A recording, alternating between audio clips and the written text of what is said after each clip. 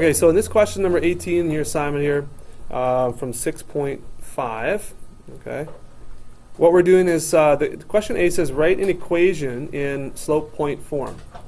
Now, the information says this: in Alberta, the student population of Francophone students from January 2001 to 2006 increased by approximately 198 students per year. So that is a rate, right?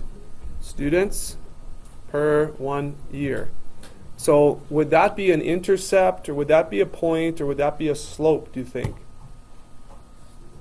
That's a slope because it's a rate of change, right? The slope for a line is a rate of change, okay? So this is the slope, 198. Now it says in 03 there were approximately 3,470 students enrolled in the schools. So this represents, this is a time, this is a number of students, that represents a point. Okay, that's a point.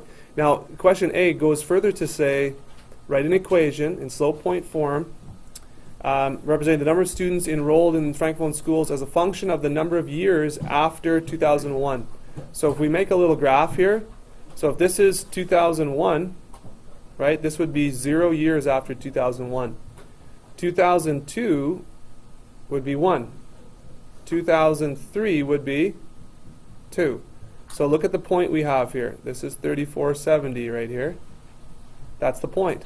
So we have 198 as our slope, and the point would be 2, 3,470. Okay? So if we look at y minus y1 equals m times x minus x1, well, I have my slope right here, 198. This x stays as x, this y stays as y. And so my point is x equals 2, so that's minus 2. And the y value is 3,470. So 3,470 right there. Okay, so now you can double check that if any of you got that one. Is that the answer that you got? Or is that the answer that's reflected in your solutions?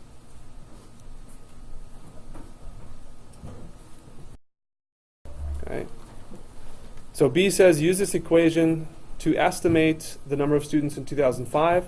And so if you look at that, the 2005 is going to be, the point is going to be 4 comma something. And we don't know what this something is. So you're going to put this 4 in for x right here. And you're going to solve for y. That's how you use that equation. You put in the value that you have for x and you solve for y.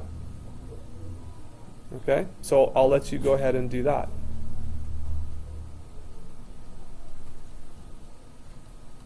And solve for y there. That's how you do B. So go ahead and give that a try.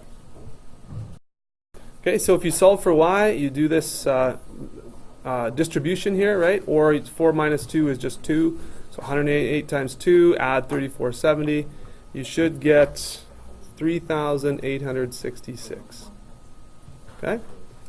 So there's your answers for 18. Any questions?